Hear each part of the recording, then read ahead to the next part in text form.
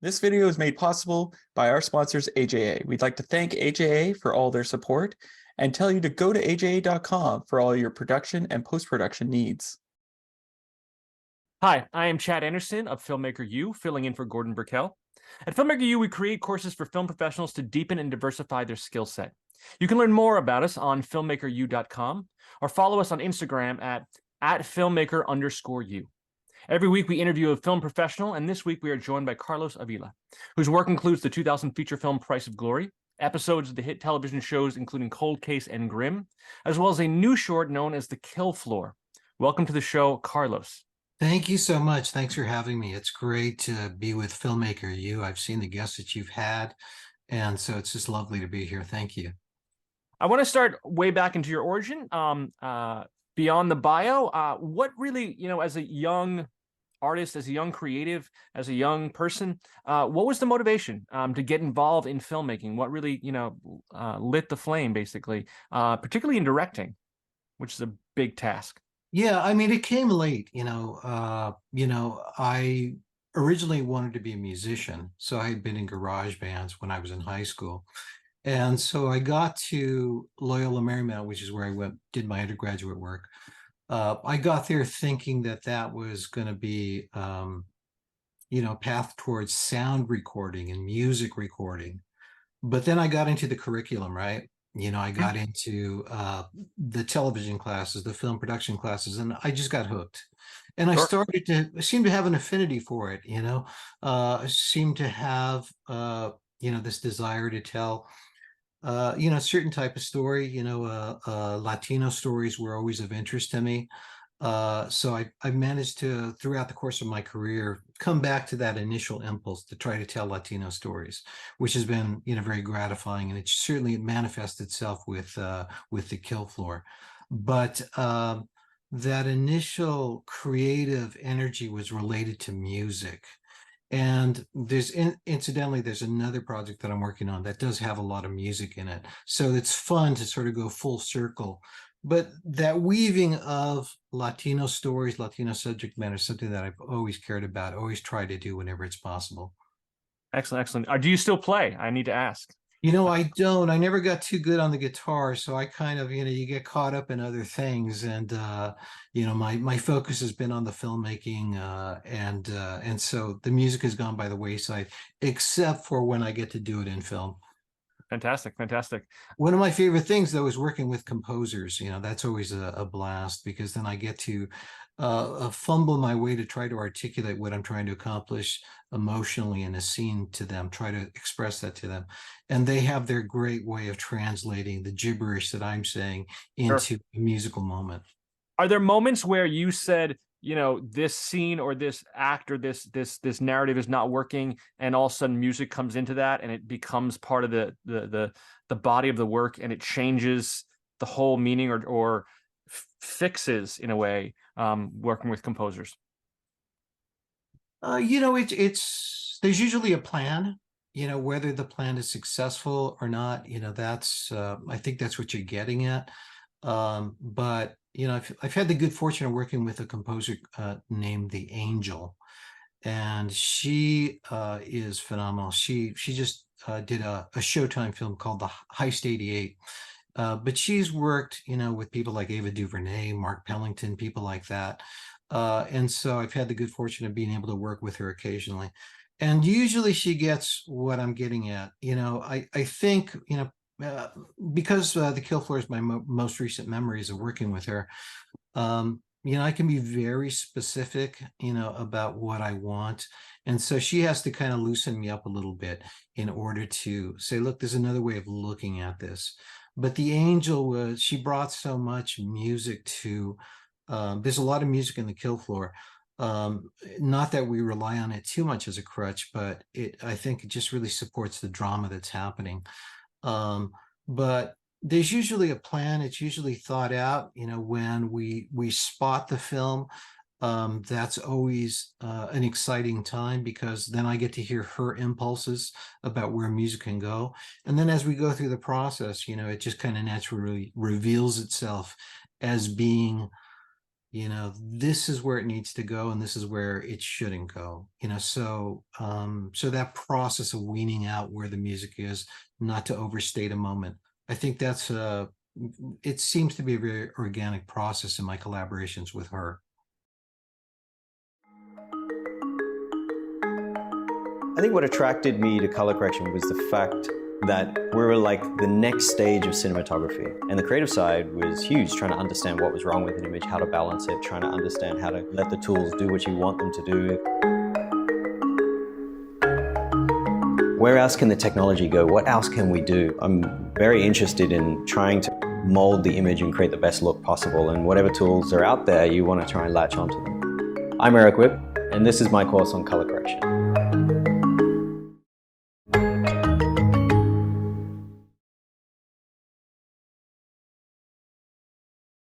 That's fantastic. And with a name like Angel, I feel like, or with the Angel, phenomenal. it is. Yeah, she's great. I mean, her background is, she was a DJ, but she's a solo artist. She's got an extensive body of work as a composer on her own right and a music artist. She's phenomenal. Yeah. So, she's one of the few women composers that are working regularly out there. So it's very exciting to have that friendship and that collaboration with her.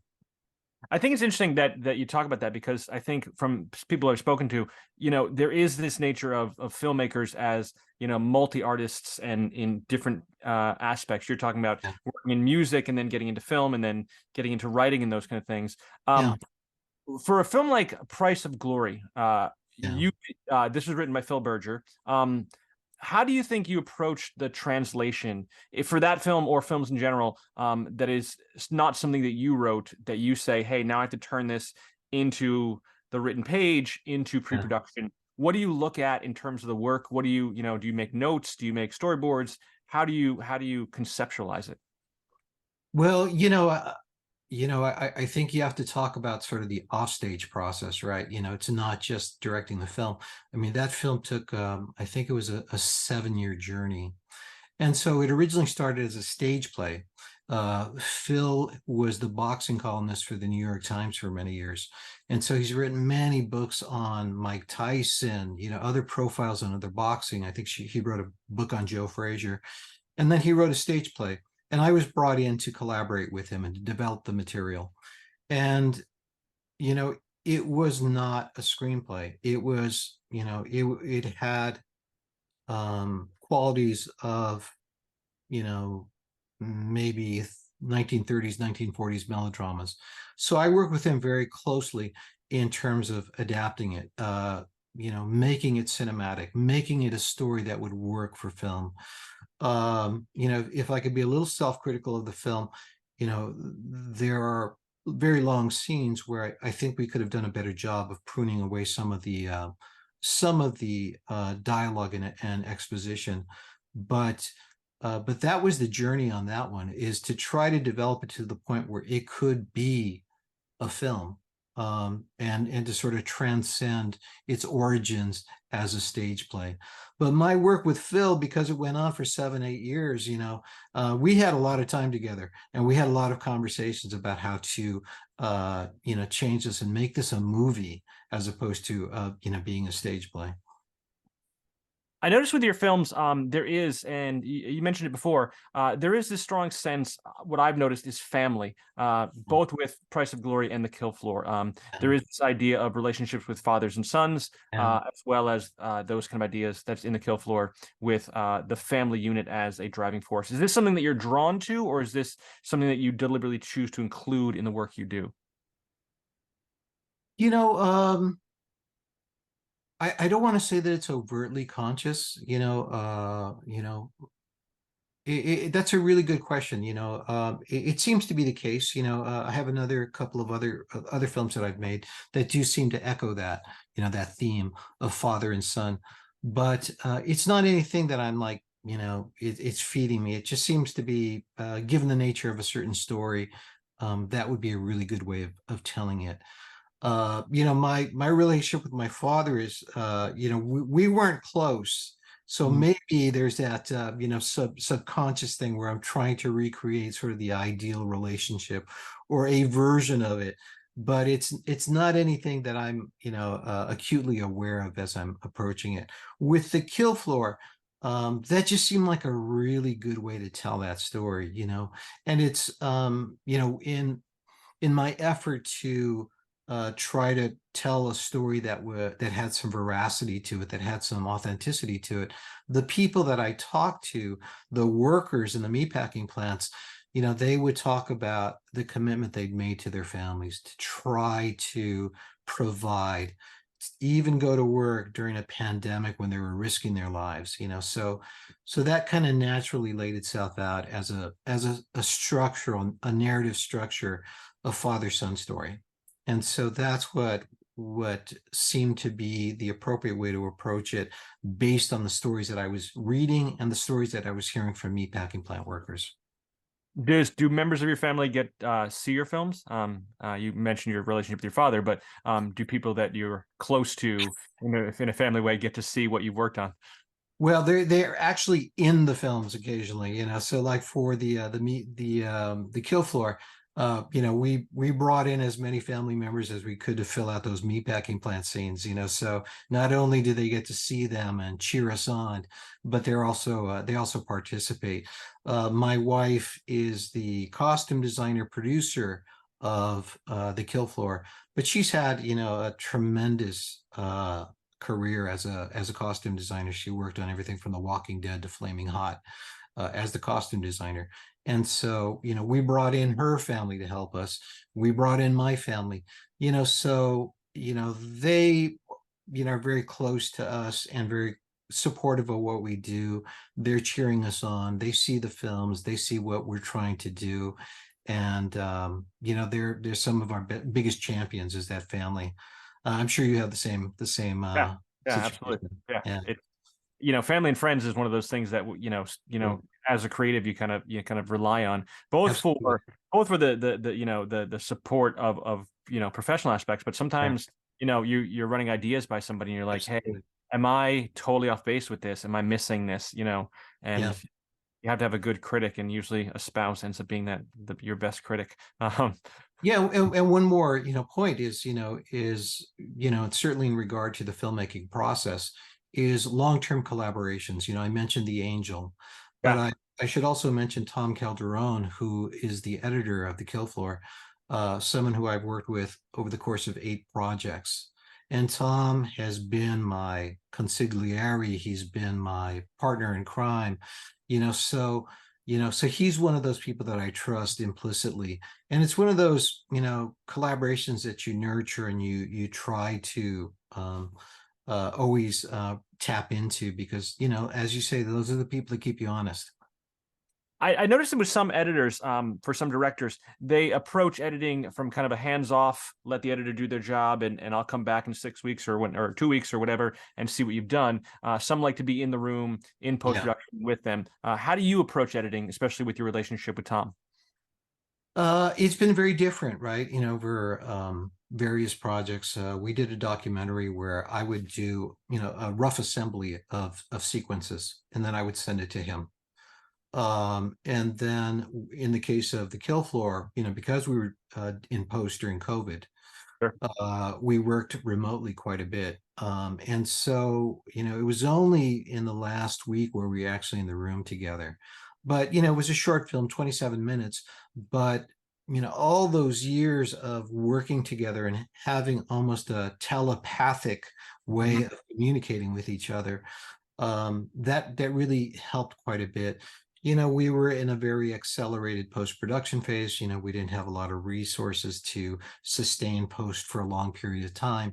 But, I leaned on Tom. And again, I give a shout out to Tom. Tom's been primarily an assistant editor.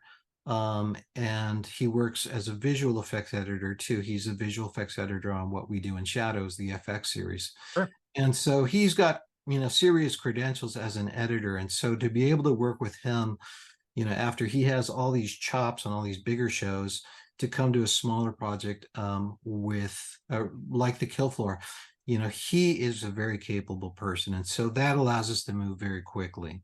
But, like I said, we have that long-term relationship. And, and he keeps me honest. He says, look, I mean, we really need to take another look at this scene. I think there's ways to compress, or I think there's a moment that needs to be expanded. So he's my conscience. Gotcha. You mentioned working on episodic television. Yes. For a film director to go to episodic television, particularly in your case, you went into Grimm and Cold Case for a few episodes. That for Grimm, for example, I was a fan of Grimm. My wife and I used to Yeah, watch of course. on a regular basis.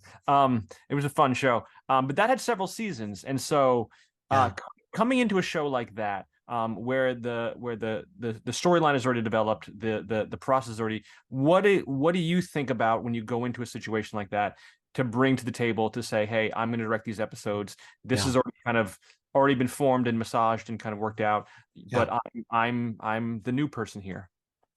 I mean, it's it's a great opportunity to play in somebody's sandlot, or Sandbox. There you go. That's it. Because in both those cases, in the case of Cold Case and in the case of Grimm, I was a huge fan of the show as well. So it was great to go and visit with those characters, spend time with them, try to find a way. I was very fortunate in all instances, in that I got great episodes, I got great scripts. And so, your job is to not mess it up, to try to find ways to elevate the story, try to bring something fresh. In the case of Grimm, I got episodes in season 5 and 6. And so, that's pretty late in the game. Everybody knows what they're doing. You come in to, I think, get people excited about the material once again. That's your job, is to get people to reawaken their passion for the subject matter, for the stories, for the situation. And I was fortunate because I had in the case of Grimm, I had a couple of great monsters in my episodes. It was called El Quegle, and the monster had 3 arms and 3 eyes, and had a very sort of very dark motive. He was eating babies, that would eventually turn into horrible human beings down the road. So there was a benevolent aspect to his murderous crimes, but visually the character was incredibly stunning to look at. And so to be able to play with that was really, really a lot of fun. We had fight scenes where there's guys punching each other, but this guy has a 3rd arm, and so he's got an advantage in the fight.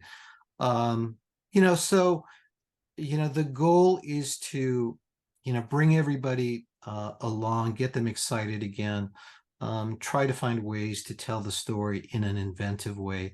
I think I was very fortunate with those episodes that I got. And in the case of Cold Case, I mean, that was a while back, but I got to work with Chadwick Boseman. Yeah.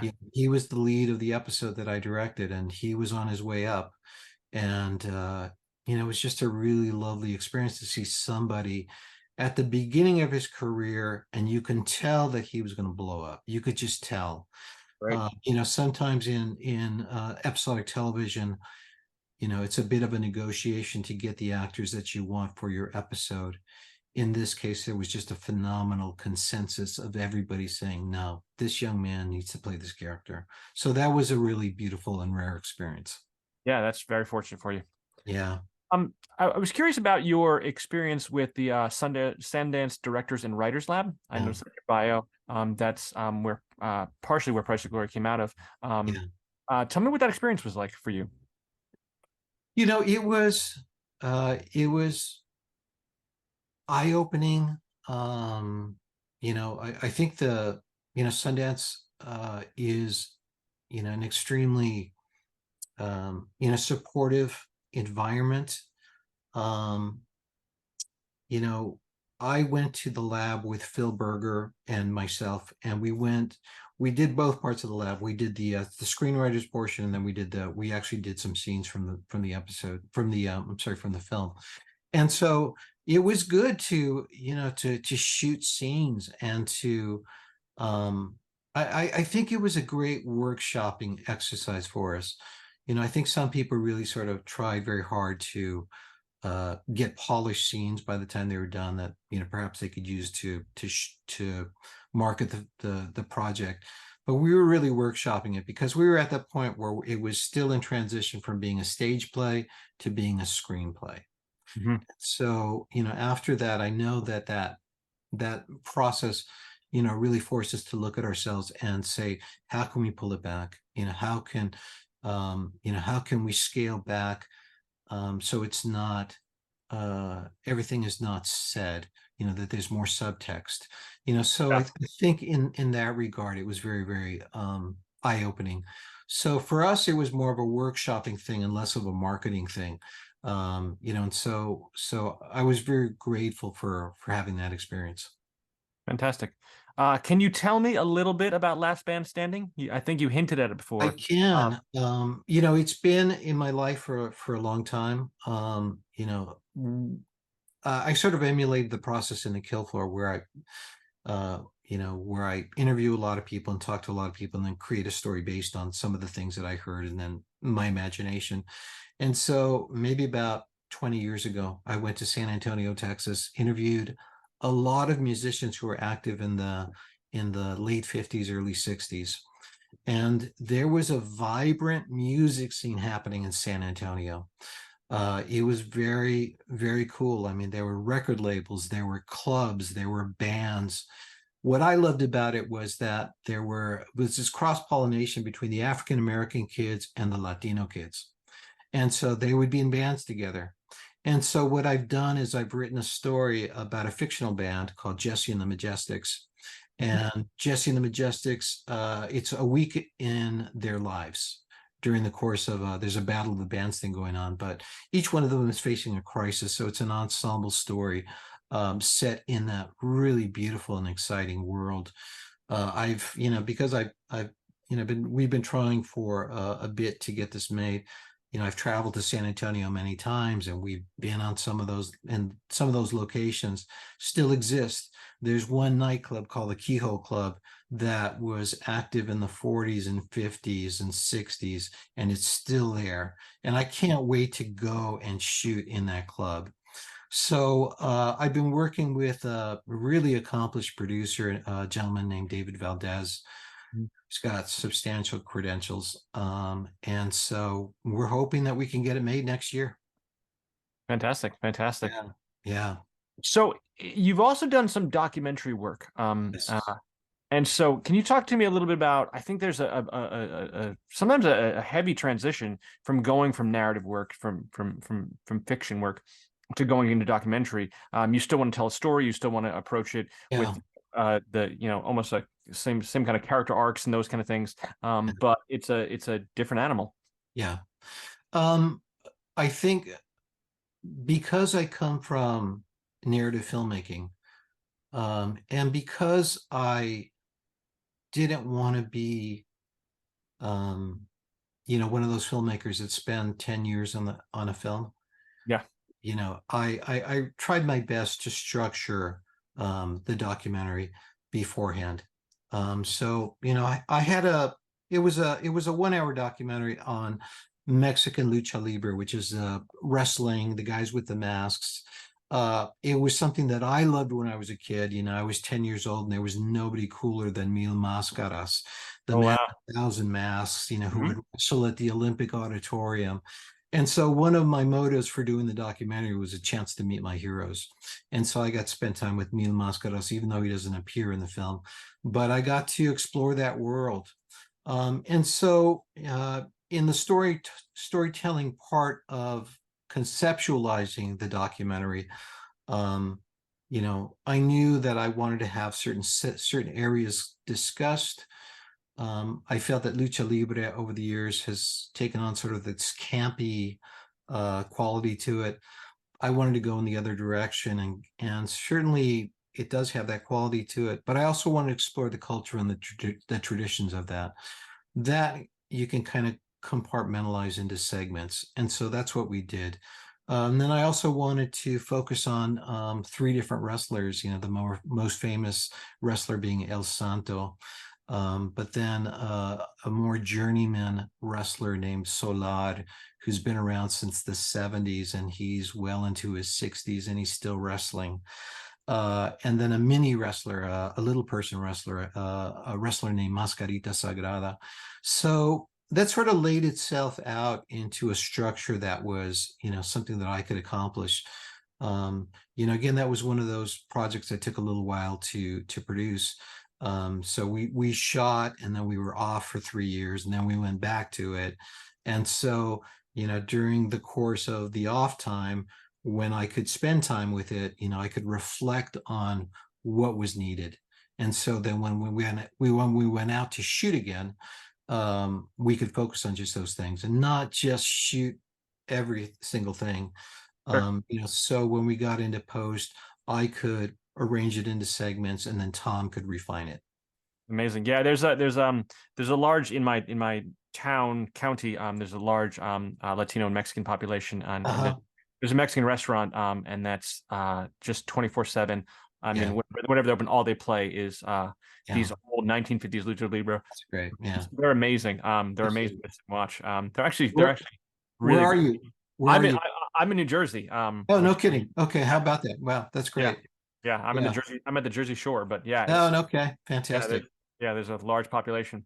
In regards to that, from your heritage, dealing with Mexican issues and Latino issues in your films, is there something that you find that when telling these stories and making these films based on this population or based on this culture that you want to make sure is understood or appreciated? Is there something that like you feel is, what the version of the story that you need to tell that's in the back of your mind the entire time?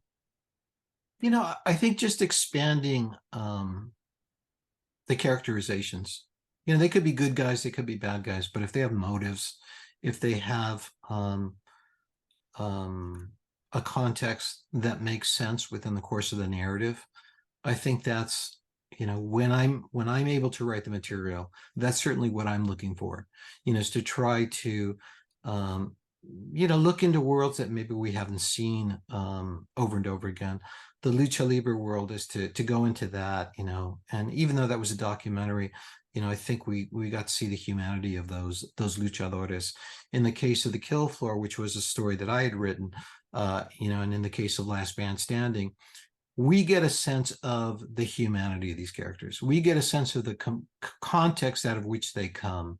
And so for me, if you can, work against stereotypes by creating context and creating humanity, creating showing a sense of humor, showing relationships that have texture and dimension, that's what I'm aiming for constantly. Sure. And I, even in some of the episodic work that I've been able to do, sometimes the showrunners are open, sometimes you can point something out, they will change things. Yeah, that's great. So, so that's, that's not always achievable, but if you can do it, I think, that's the goal, is to try to show the Latino community with some dimension. Absolutely. Absolutely. It's great ideas. Yeah. I was curious, as filmmaker, you were trying to, approach this for giving people who are professionals and people who are, aspiring professionals to be interested in this work. Is there advice that you would give for aspiring directors, for aspiring filmmakers, about choices and decisions that you've made in your career path that you said, hey, this saved me, or this was what, elevated me to something better, or this is what I need to be thinking about, or this is what they should be thinking about as they go forward? I think the biggest, well, if I could give two pieces of advice, I think the thing that needs to really be on your mind as a filmmaker is try to create your own projects. Don't wait for other people, and it's a little tricky, I mean, I've been at this for a little bit, and so, you start thinking that your opportunities are going to come from a certain place. But I think whether that's the case or not, you need to keep finding projects that resonate with you, because There's going to be times when, when you have the time for that. And those are rare because, we live busy lives, but, certainly during the pandemic and the lockdown, there was an opportunity to sort of reconnect with this type of personal filmmaking that I think is represented in the Kill Floor. And so, it gave me a chance to write something that I felt very connected to. And, it's been a bit of a journey. I mean, you're a filmmaker as well, and you invest a lot of time, a lot of energy, a lot of your own resources into trying to make it. And so if it's something that you're connected with, something that comes from you, then that'll give you the push to take it all the way through. And so so my recommendation is find things that inspire you. If you're able to create them as a film or a video of some sort, it's worth it. It's worth it because it inspires you, it keeps you energized, it keeps you going. The other thing that I would say is find a tribe, find a group of people that will lift you up, that will carry you, that will listen to your crazy ideas, as you said earlier. Yeah. And keep you grounded and keep you focused. I have several people like that in my life. I feel very fortunate in that regard. But having that tribe, that group of people, that creative community that feeds you, that keeps pushing you forward, that's everything. Sure. Absolutely. One of the things I talk to with my college students that I teach them is week one, I say, go make friends, make friends, find yourself friends. It's really tough. I have so many students who come through who say, I want to make this movie. And then, hey, who's going to be in my movie? Who's going to help out with my movie? Who's going to I'm like, absolutely. You can learn all the technical skills in the world, but just learn to make friends. Find somebody who can be your group. And I think, find your tribe. Absolutely.